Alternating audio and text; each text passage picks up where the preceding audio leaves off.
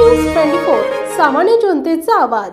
आधारी धरणातून 42,050 क्युसेक पाण्याचा विसर्ग सुरू। पूर्णा नदीकाठच्या नागरिकांनी सतर्क राहावे, प्रशासनाचे आवाहन। परभणी जिल्ह्यातील येलदरी धरण पूर्ण क्षमतेने भरले असून पाणलोट क्षेत्रात झालेला जोरदार पाऊस व खडकपूर्णा धरणातून होणारा पाण्याचा मोठा विसर्ग लक्षात घेता येलदरी धरणातून पाणी सोडण्याचा निर्णय पूर नियंत्रण कक्षाने घेतला आहे।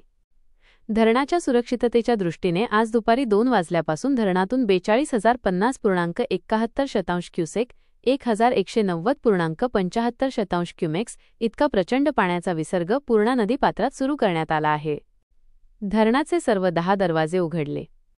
सद्यस्थितीत येलदरी धरणाचे गेट क्रमांक 1 ते 10 पर्यंतचे सर्व दरवाजे प्रत्येकी 1 मीटरने उघडण्यात आले आहेत।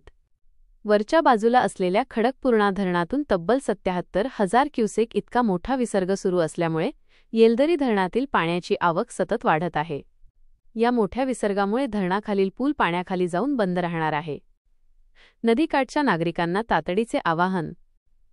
पूर नियंत्रण कक्षाने पूर्णा नदीकाठी वसलेल्या सर्व गावांच्या नागरिकांना आणि शेतकऱ्यांना अतिदक्षता बाळगण्याचे आवाहन केले आहे। नदीपात्रात प्रवेश करू नये, कोणत्याही कारणास्तव नदीपात्रात उतरू नये किंवा जनावरांना नदीजवळ सोडू नये, सुरक्षित स्थळी थांबावे। नदीकाठच्या रहिवाशांनी तात्काळ सुरक्षित ठिकाणी आश्रय घ्यावा। त्यामुळे नागरिकांनी स्थानिक प्रशासन आणि पोलीस विभागाच्या सूचनांचे काटेकोरपणे पालन करावे।